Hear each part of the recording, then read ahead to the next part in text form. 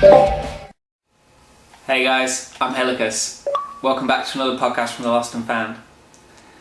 Now, we're doing a game review today, and it's not a big mainstream AAA game. And I think the beauty of the Lost and Found is that we're completely independent, so we don't have to review great games and say good things about them. We can also review crap games, or we can review small games which, just appeal to a few people and aren't going to be like everybody's cup of tea. So today's game is w.e.t. Now this game received a lot of marketing when it first came out. There was loads of posters up around town, and there was a lot of hype about it, but as soon as it released nobody talked about it. There was no game reviews of it, and nobody really seemed interested in the game at all. So the game releases at £45, and 2 weeks later it's down to £20. So I picked this game up really cheap. If you do want to get it after the review, then I picked it up for like 15 quid second hand, and I'd recommend it. That's the way to do it really if you fancy playing this game. Now let's get into the game. The game is about a main character called Rubi, who's a female assassin. Her weapons are a samurai sword and guns. As you play the game you can unlock further weapons, like she starts with pistols, but you can also have shotguns and machine guns, and that kind of develops. Now the style of the game is very different.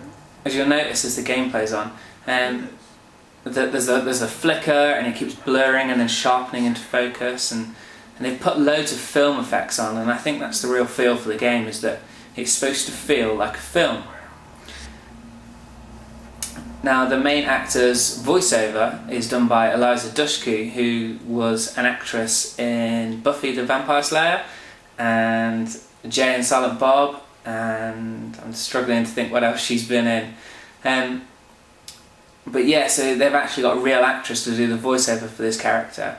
And as you play the game, it unravels like a film. So you get an intro to each sequence that you're about to play, and each stage of the game is very different. Like the style changes quite quickly. So the main element of the game is you've got to assassinate a lot of people. You basically get hordes and hordes of gangsters coming after you, and you can either slice them up if they're nice and close with your samurai sword, or the other way, if they're still approaching, they've often got guns and you're going to have to shoot them back pretty quick. Now you can't just run around shooting because they'll kill you pretty quickly. So you've got 3 acrobatic movements you can do in order to gain an advantage. You can jump and press A, jump, and while you're in the air, as soon as you start firing, it enters like a slow motion mode where you're shooting and they're shooting at you, but you don't take as much damage this way, and it gives you a lot of time to just pop off some headshots and kill these guys pretty quick. You could also press B and you'll slide on your knees. You can slide under low objects, or you can just slide towards people and shoot them, or reach back and shoot the guys behind you. Or you can hold the left trigger and you can run up a wall. So you could run up a straight wall and backflip off it, or you could run sideways across a wall and clear a gap.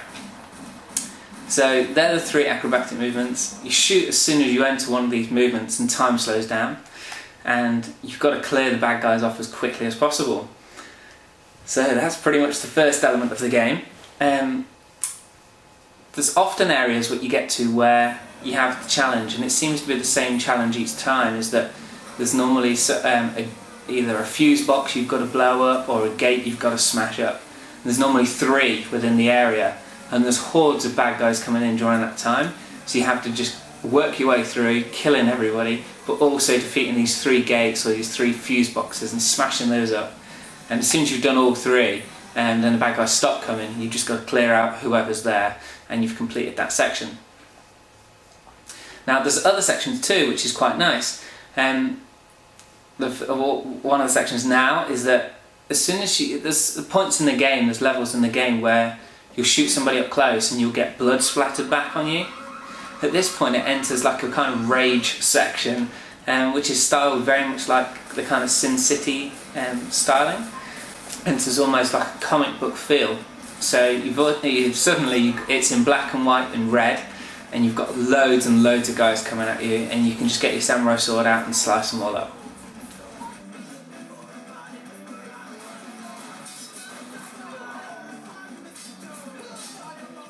One of the other cool sections is you can race in cars. So it's kind of like when Tomb Raider first did it, where you actually have to take part in the video part between the levels. So the video will be playing and she'll be doing something, and you'll have to jump at a certain time or interact with the video or draw your sword out. And if you don't, you'll die and you'll have to go back to the beginning of the video sequence. So you're still interacting with the video at this point. And another cool thing is like the racing on top of cars. So it's pretty much over the top, but you're stood on top of a car while it's driving along and you're shooting the guys that are passing by. And at certain points during this, the car will flip and you'll have to hit A in time to jump to the next car or wall ride down the side of a truck or whatever it is.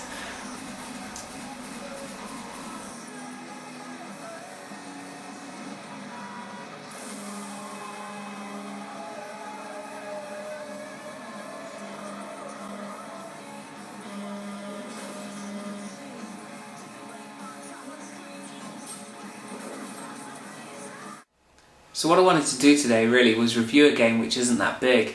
Of course we'll always review the big games like Halo and I've got Call of Duty Modern Warfare 2, we'll be reviewing that at some point as well. But nobody really pays attention to the small games, the ones that aren't popular with everybody. And this isn't a great game. This is a pretty poor game as far as games go. And once you've played through it, you're going to sell it on. And it's not even as classy as like Assassin's Creed and games like that. But I think there's something to appreciate here, and on the basis that you can pick this game up for 15 quid, even if you only played it for a couple of weeks, you can have some fun with it and then sell it on. I think the other attraction is, it depends how much of an achievement whore you are. So each Xbox game's got like 1,000 gamer score that you can win just by completing it. So you can pick up a game like this and just do it for the achievements, if that's what you're into. Right, each episode is sponsored by Caps for Sticks. Now Caps for Sticks are little rubber caps which fit on your analog sticks, and they just provide extra grip so when you're gaming you're not going to fall off the sticks as easy, and they really do make a difference, and I'm going to always use these guys. I recommend you go and pick some up from their website, and they're available at capsforsticks.com. They're really cheap, so head over to there and you can buy them using PayPal or on their eBay shop or whatever. And we also give away a free pair of Caps for Sticks with every podcast. So if you want your chance to win, just comment your gamer tag underneath this video, and I'll choose somebody at random and announce them in next week's show. So last week's podcast was the Xbox Magazine subscription, and Huntley was the winner from last week. So I'll send you a message, mate, and we'll get your details so we can send you out a free pair. If you want some more videos or you want to follow us on our news, then head over to our website, which is www.thelostunfound.co.uk. We also have like a Facebook page and a Twitter account, so if you want to follow me on Twitter, I'm at Hilikus_LNF. So if you follow us or go to our website, then we often post more information, we do some more giveaways there, and just more news updates, as well as more videos. Cool guys, okay, until next time, goodbye.